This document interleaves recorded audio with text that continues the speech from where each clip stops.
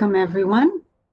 My name is Helen, and I'm a volunteer at the Spiritist Society of Melbourne. And today I'm going to be talking about Servilism. And as a volunteer of the Spiritist group, I'm going to share my understanding of the topic and closely related to some references that I will share with you. So my views may differ from other participants of the group because we're all in a learning process and each one can grasp and understand certain aspects of the Spiritist philosophy. So today we're going to start with the reference from Changing Attitudes, and this was dictated by the Spirit Hamed and medium Francisco do Espírito Santo Neto. I'm also using the Spirit's book and the Gospel According to Spiritism. They are two of the 5 basic books of the Spiritist philosophy. And I'll let you know the pages and the chapters and the questions that I will refer to when I study this. So before we start, because the topic, the name of the topic is not one that's very common, and maybe people don't know what servilism really is.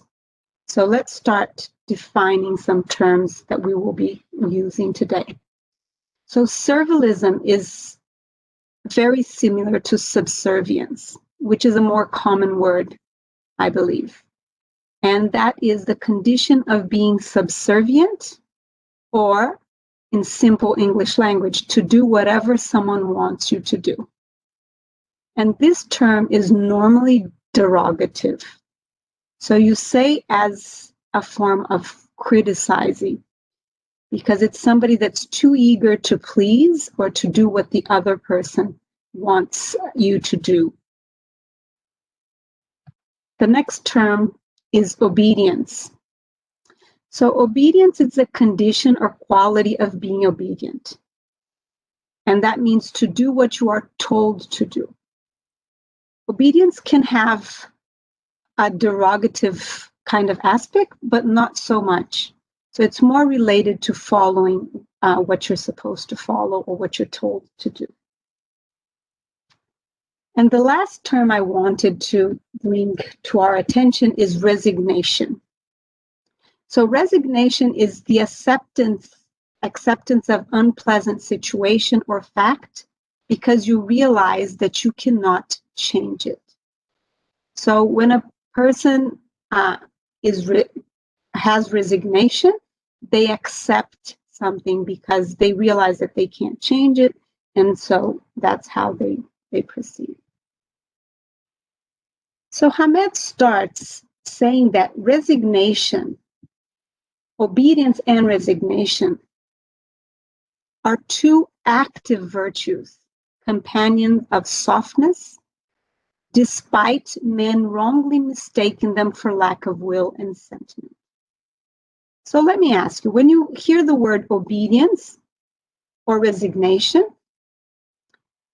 what do you think? Do you think that these are active positions or active forces, obedience and resignation? What about softness? And according to Hamed, he says that both obedience and resignation are active virtues.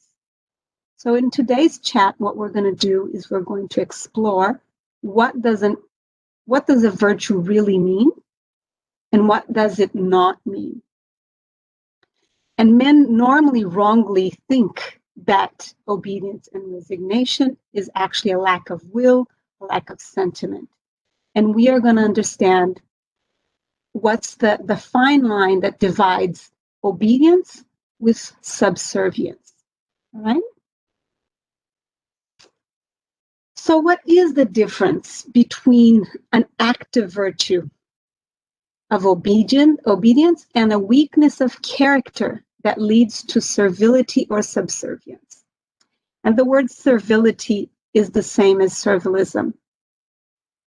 It seems to be more utilized as well. So what is the difference?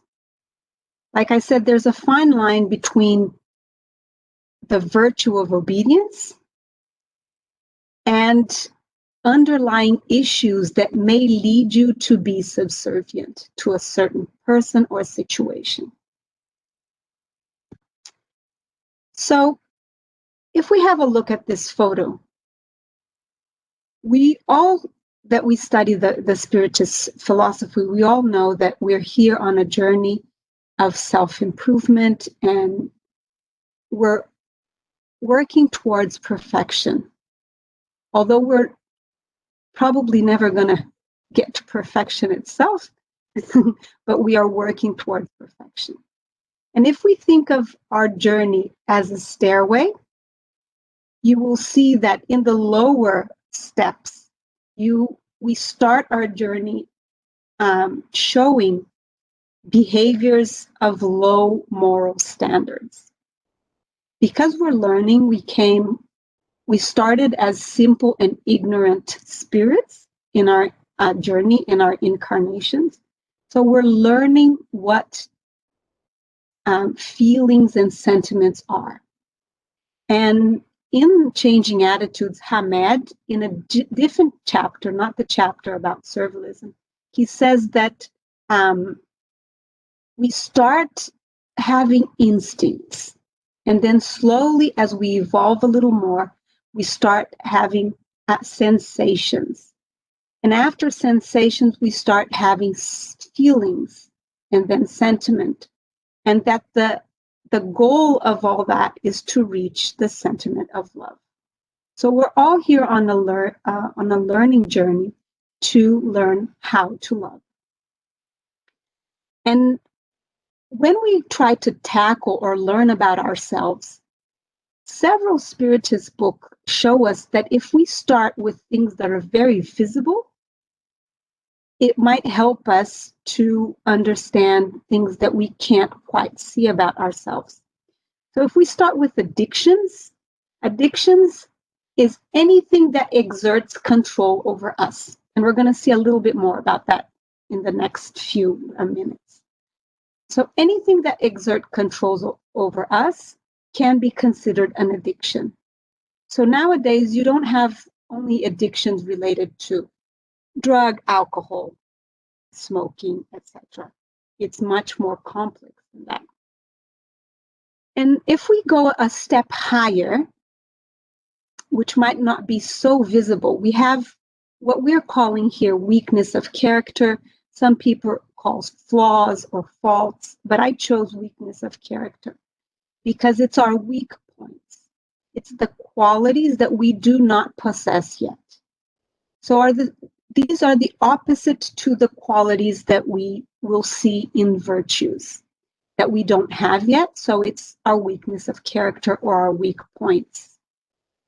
These are a little bit more tricky to identify in ourselves. We can easily identify in others. So, and we'll have a look at those as well. And you'll see that it's very easy to identify in the other person, but not so easy to identify in ourselves. And this process of learning about our addictions, our weakness of character, is not a straight line. So it's more like a network. You can be working on everything at the same time. So you can be working on controlling your addictions or understanding your addictions so you can change that, and your weakness of character all at the same time. And then as we grow as a being, as a spirit, we walk towards moral excellence. And what moral excellence is when we have behaviors that show high moral standards. And we not only have, but we live those moral and ethical principles. So that's what it's all about. So let's have a quick look at addictions. Like I said, addiction is everything that has some sort of control over us. And nowadays we have so many different addictions.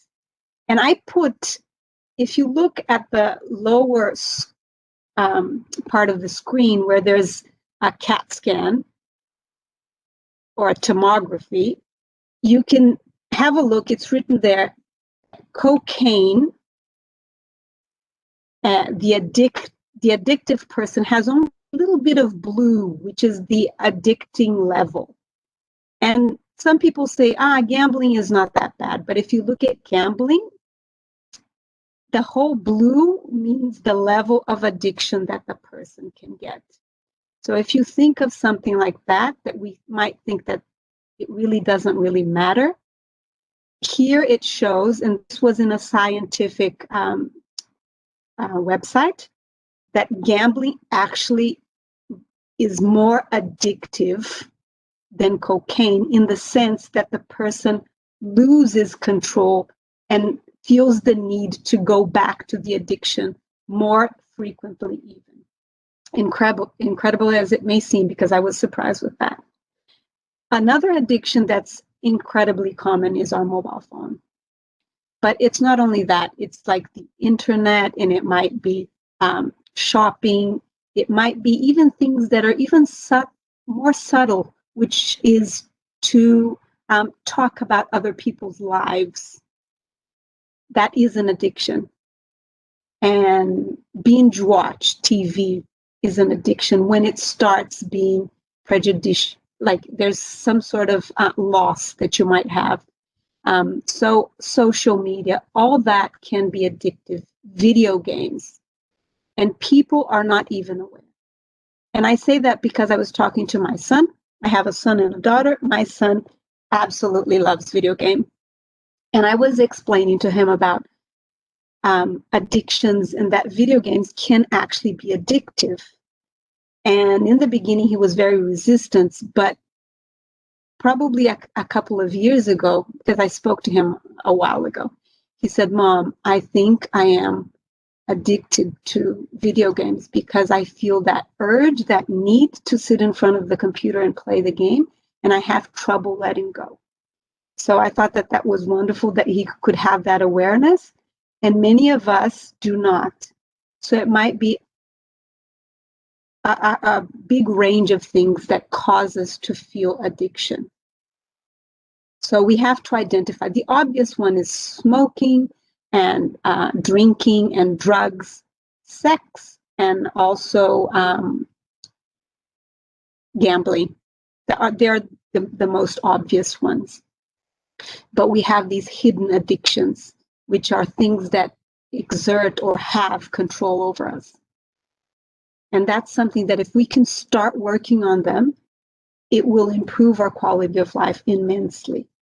Because addictions have an underlying issue, and we're going to talk very briefly, because it's not, we won't have the time, that there's an underlying issue with our personality, and that's why addiction attracts us so much. The other is weakness of character. Weakness of character is tricky because we don't always identify with each other. And here on the screen, I put envy, where there's this lady with a small plant looking at the other one that has a larger plant, and she's not very happy. Self-denial or lack of awareness is these three people with their heads in the sand because they don't want to see what they have to see. Then we have greed, when the person is extremely focused on the material things of life, forgetting about the more spiritual aspects of life.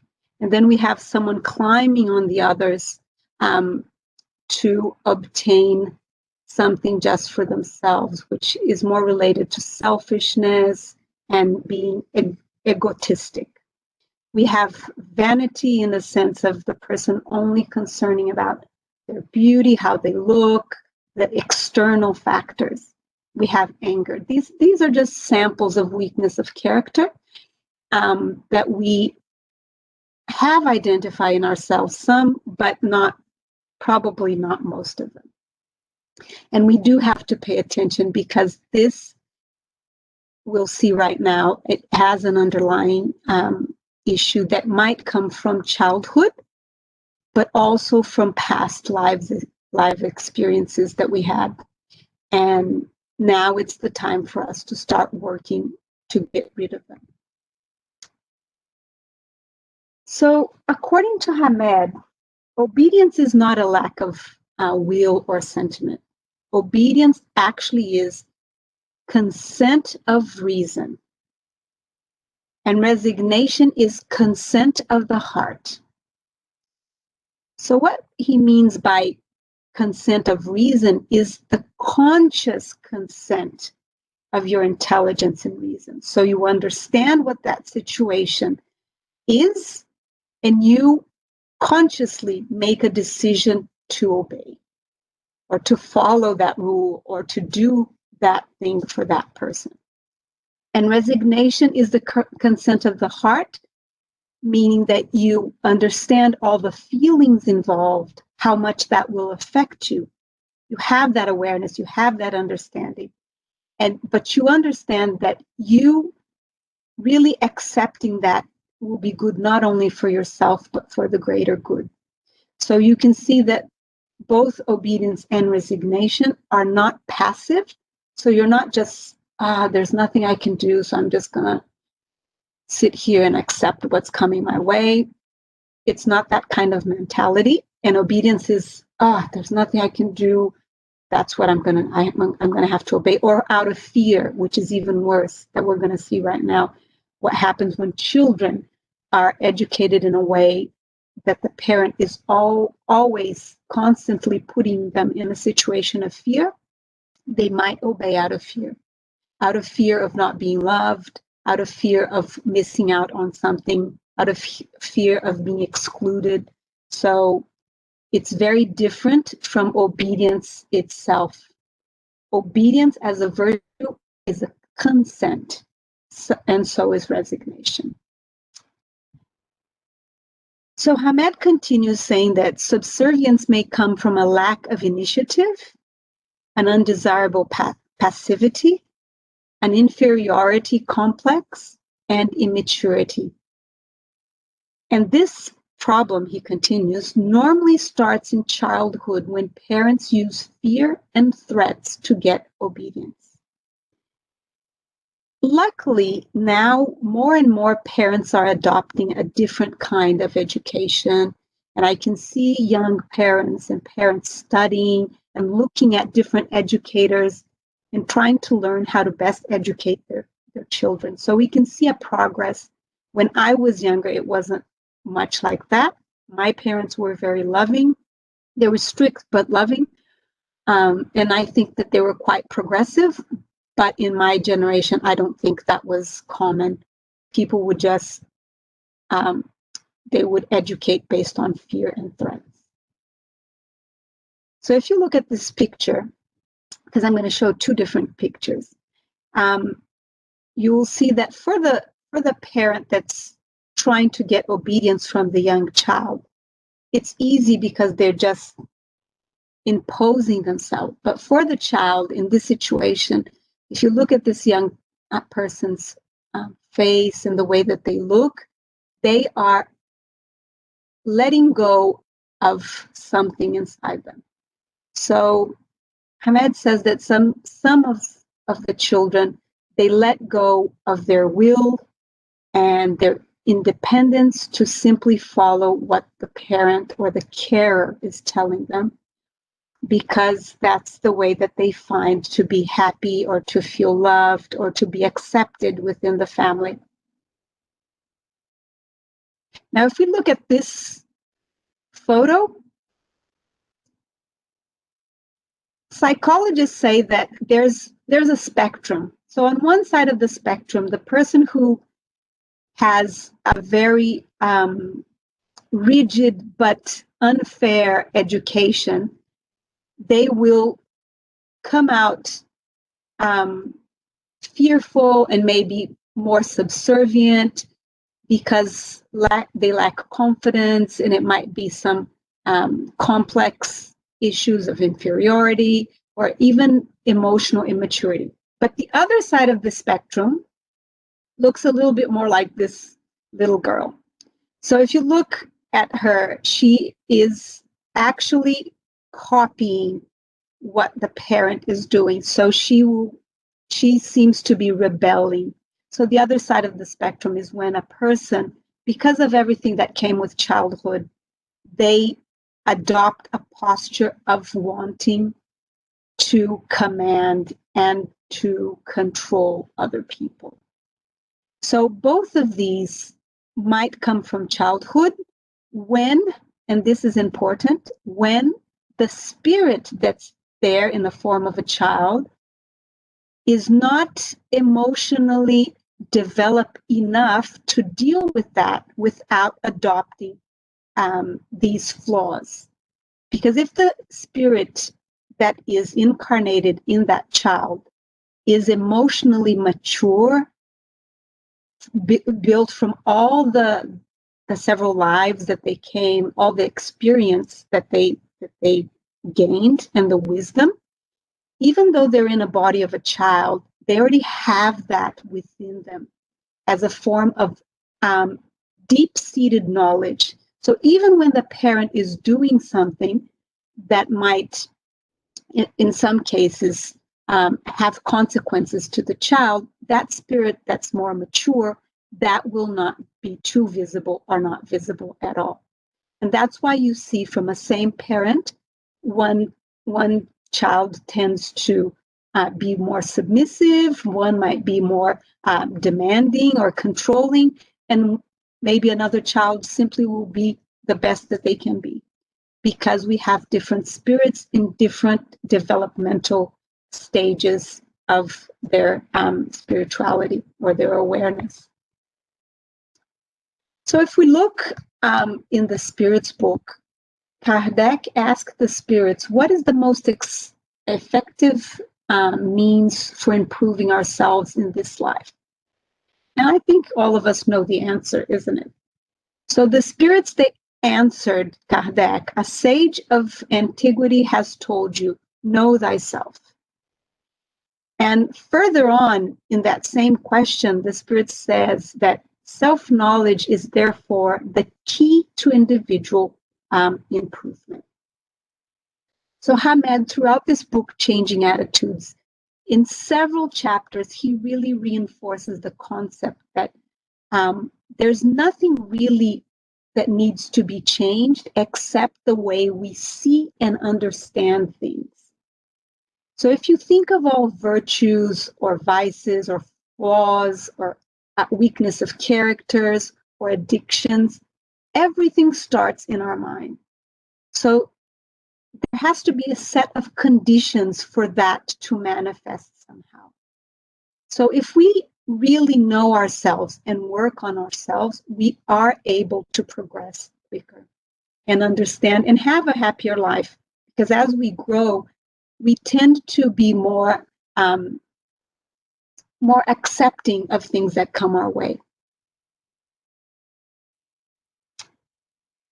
So Hamed says that obeying, and this is really beautifully said, is not denying our will and feelings, but an exercise of freedom and choice to cooperate with something greater and better than one would do on their own. So it might be that you're collaborating to a situation, so you're obeying or following rules.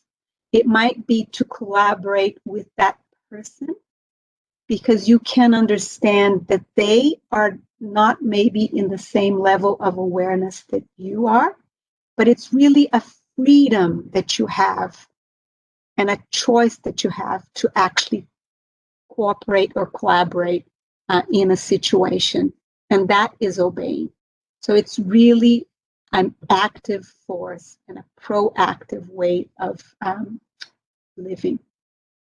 He continues saying this, and this is very powerful, that thus obedience must be internal, rational, logical, understanding, and a conscious posture. So if we look at resignation as well, although he doesn't say that about resignation, it also follows the same logic. as every virtue follows the same logic. So it's something that you understand and you position yourself because you have enough awareness. And I put this little photo because you inside as a little light, and I put a light bulb, you have awareness of what's inside you. And you understand how that will interact with the outside and what you need to do. Not only for yourself, but for a situation. So you might measure a situation to see how you position yourself. And that's related to all the virtues, especially the ones that people tend to think as being weak or lacking will.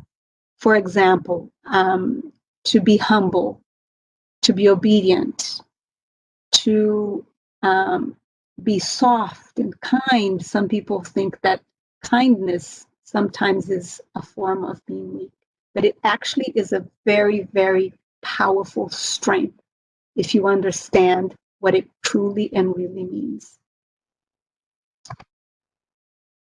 So if we look at the gospel as explained by Spiritism in chapter 17 and item 8, the higher spirits tell Kardec that in its highest expression, virtue encompasses all the essential quality that comprise the good person.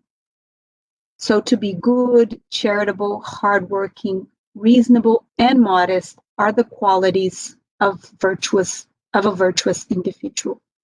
And not only that, but so much more. So as we progress as human beings, we start to really step into these virtues and live those virtues and model excellence of the great spiritual masters that walked upon earth, because virtue is actually a strength that a person has in all situations. So to finalize, because our time has come, virtue must be an active force. If it's not an active force, it's not a virtue. And it might be that the person isn't aware that they have a virtue, because that's the whole part of being virtuous, is not knowing exactly that you're modest or that you're humble. But it is an active force in the sense that the person living that virtue understands and is self-centered in themselves, and they take actions based on inner values and not external factors. So they decide what they're going to do and they do it. So virtue must be an active force. And like Ahmed said, an internal, rational, logical understanding and conscious attitude or posture. So it's really a way of behaving internally in regards to everything that happens externally and making the best decisions and decisions for that specific situation. So I hope this was of value for all of you that listened to it today. And recapping very quickly, remember that if we want to tackle and grow, we can start with our addictions and work through our addictions and weakness of character, but always with a strength-based approach. And by that, I mean, look at the virtue that's opposite to the weakness of character or the flaw that you have and work on that. Use that more often. It's much easier to work on our weakness of characters by working to improve the virtue that's opposite to that weakness. And that's a strength-based approach that will help us to move even further in our journey. So thank you very much for your attention, and I'll see you next time.